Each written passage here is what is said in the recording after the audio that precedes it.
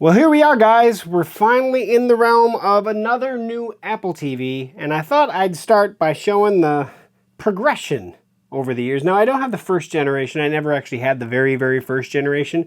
I started with the second and third gen, which is the small box. Then we went to the HD, first gen 4K, second gen 4K. Now we're at the new generation of 4K. And, well, they have two different varieties. I got the upper variety, 128 gigs of RAM, or memory now, rather than the 64 like I had in the older ones. And the main reason that I went with the larger one, yeah, the 128 is something I prefer anyway, but Ethernet port. I'm not a big fan of doing everything over Wi-Fi, and I have Ethernet ran to all my various areas of my home. Not to say that you need it, but I like to have as many things wired as possible. So we are setting up this guy, the wired version, the 128 gig version of the brand new Apple TV 4K. So let's open the box. Let's see how it comes packaged. Well, we can even compare it to the older one.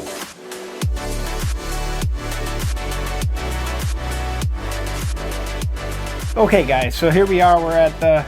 We have the previous generation Apple TV 4K, which had the newer style remote, which I'll be honest, I love this box. And now we have the newer one. Packaging a lot smaller. Also no longer a plastic wrap to seal the box. Now they actually are doing what they do on the iPhones, which is just basically pull these two guys there, nice and easy. And then we have the box should open, right? Nice and tight, as in all Apple packaging is. There we go. Let's get this guy out of the way. Okay. Pop. And there we are. Now we are greeted with the new simple Apple logo rather than the Apple TV logo. That doesn't bother me. I actually hide this behind my TV anyway. I don't care what it looks like. Now it is lighter, and yes, it is lighter. And it's supposed to be thinner, too. So you can see the other ones are definitely fatter.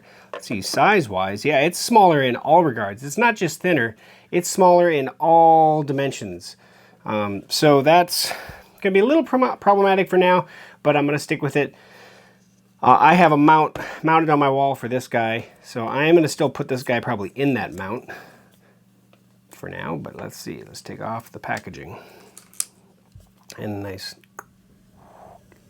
There's the nice rubber bottom. And there's some thunder in the background. I don't know how well you can hear it with my microphone, but from the old one to the new one, a little different order. Power still on the left there. HDMI in the middle on the old one, HDMI on the side on the new one. Ethernet port right in the middle there. There we go. Maybe that's an easier way to see it. So you can just see they changed up the order that the plugs are. But yeah, definitely smaller. Also, the last version, they had a fan so they can actually see the vent ports all the way around. This one had the A12 Bionic chip, I believe. And the new one has the new A15 chip, which now you can see there's no vent ports on the bottom. It's supposed to run a lot more efficient and a lot cooler. So that should make that nice. So should have less of an issue with any heating issues. To be honest, I never had any issues in the past.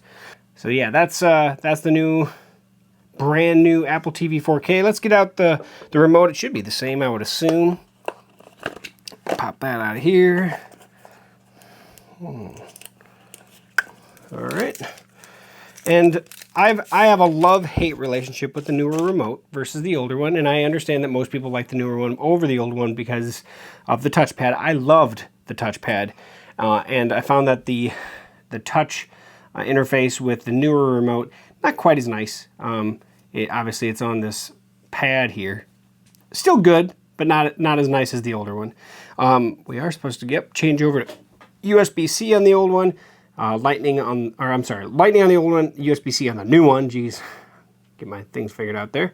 Otherwise, everything else essentially looks the same. And this has obviously been heavily used by my family. Even has dents on it from getting chucked or hitting furniture and stuff like that. I can't tell you how many times the dogs knocked us off the end table or whatever. But yeah, everything else is the same. It does feel, the new one feels heavier for some reason. And it could just be me. Dimension-wise, it looks exactly the same. Let's see if I actually set it down. Yeah, basically exactly the same. but it feels slightly heavier. It could just be me, but this one feels slightly heavier on the new one.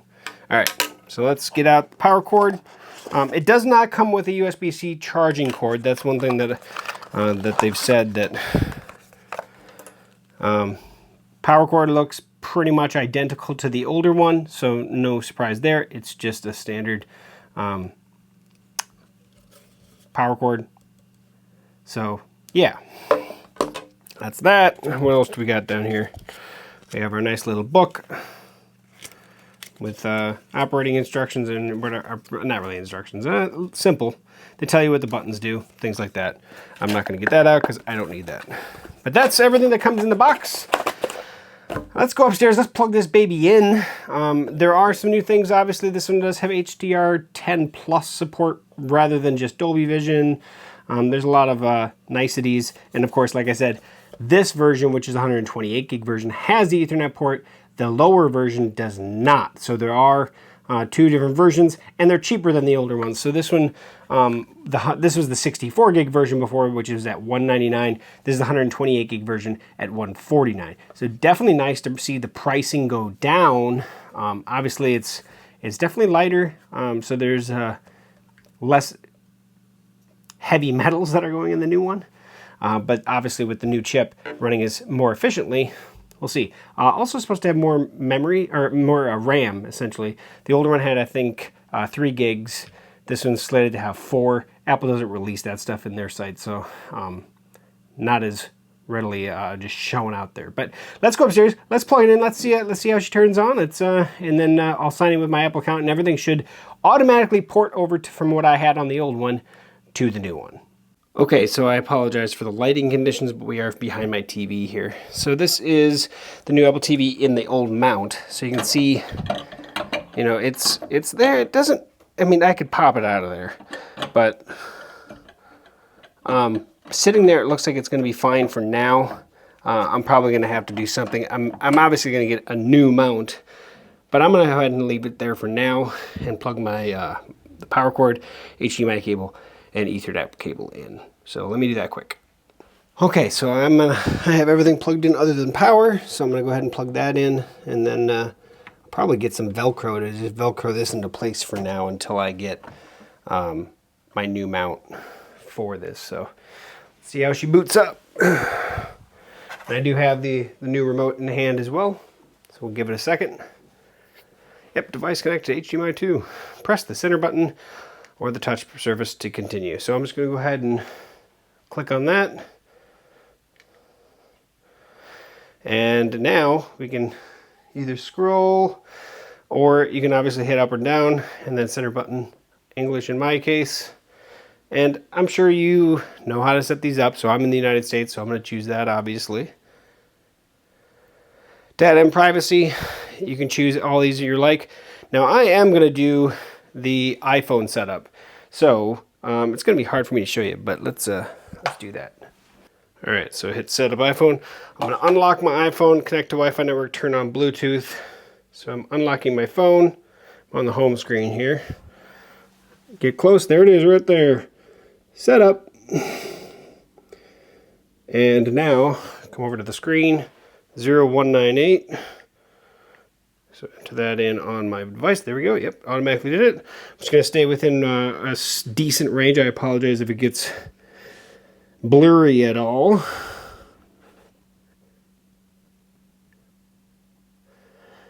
And there we go. So let me get this back on the tripod. Okay, so require password. This is up to you. Obviously, you can always require every time you do a purchase, require after 15 minutes, or never require. That's up to you.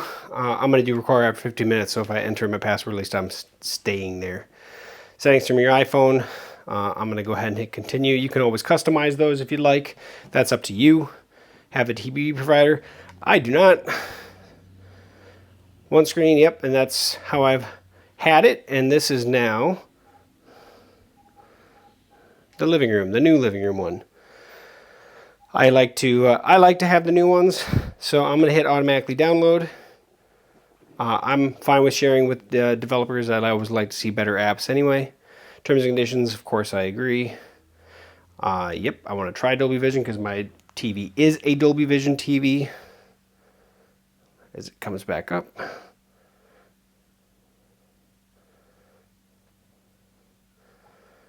Okay. I could see that now. If your TV was not capable of supporting it, it wouldn't show up. Like, you wouldn't see that screen, and then after 20 seconds, it would revert back to non-Dolby Vision, so don't feel bad about that. But now you can see it's going to download all the apps that I had installed previously, and we are set up, good to go.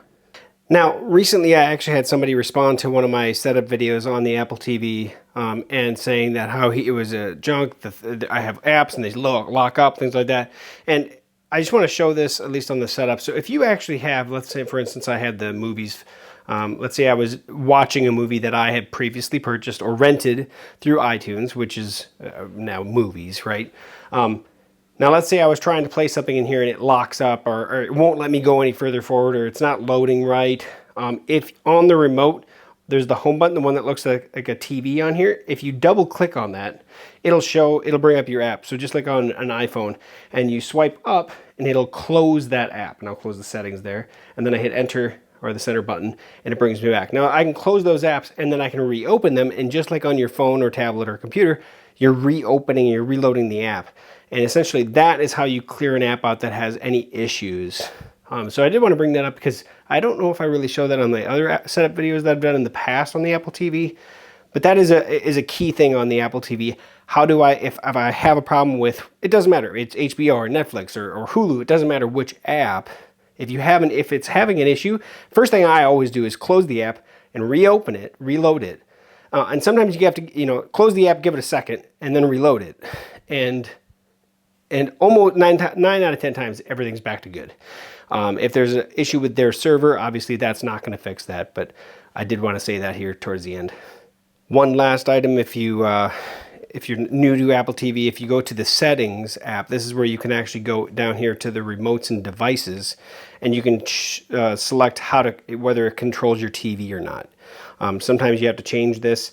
Volume control auto via HDMI, which is through the receiver, or you may have to go through IR instead. You can all set it up right here, and you can learn new remotes if need be as well with the actual Apple TV remote. It's fantastic. So it's a pretty simple solution too, but you can actually, with the Apple TV, you can use any remote. Do not have to use this silver guy. If you don't like it, I prefer it. But if you have an old TV remote, it doesn't matter what brand, it's irrelevant what brand. You can always learn a new remote. And so you can go up here under remotes, devices, learn remote. You literally will hit start and you press and hold on while pointing it at the Apple TV, and it uses infrared.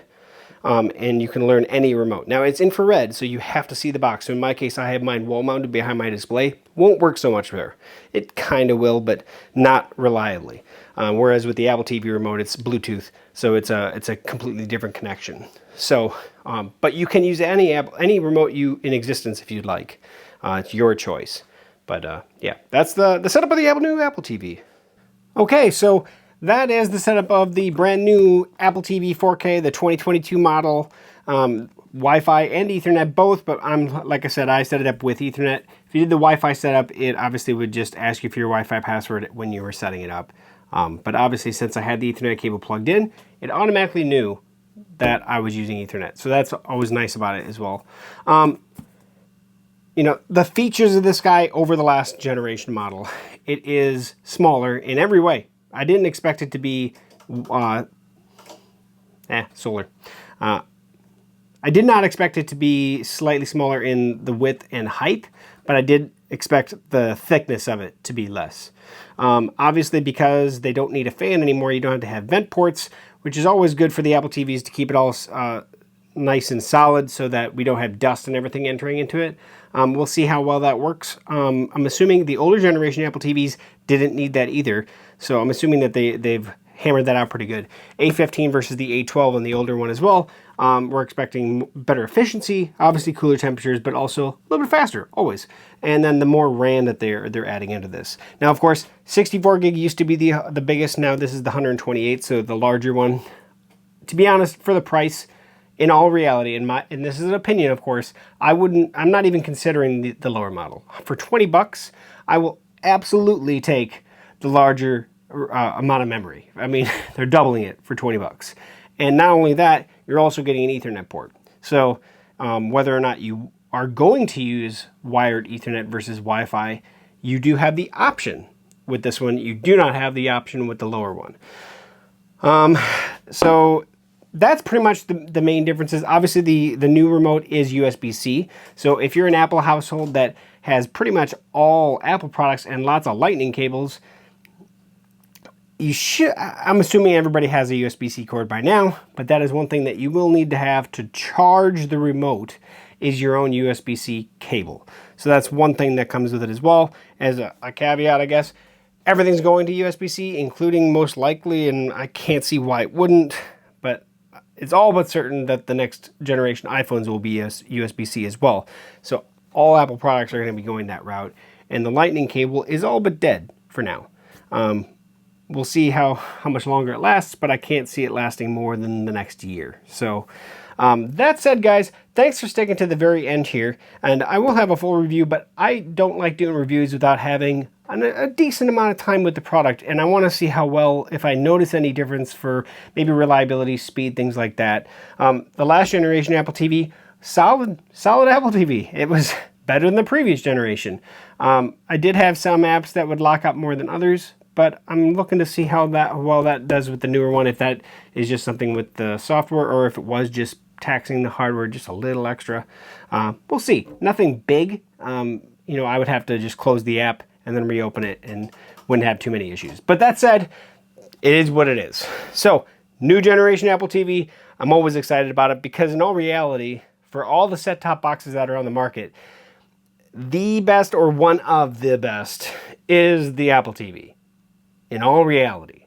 There are a few out there, a couple Android boxes out there that I really like, but for most people and for the large population here in the United States that have iPhones, Apple TV is kind of one of those go-to because it has pretty much all the apps that you're going to want, and it integrates with your Apple stuff. So that's the Apple TV 4K 2022 model, and I will have a full review once I have some time with it. So thanks again for watching here to the end.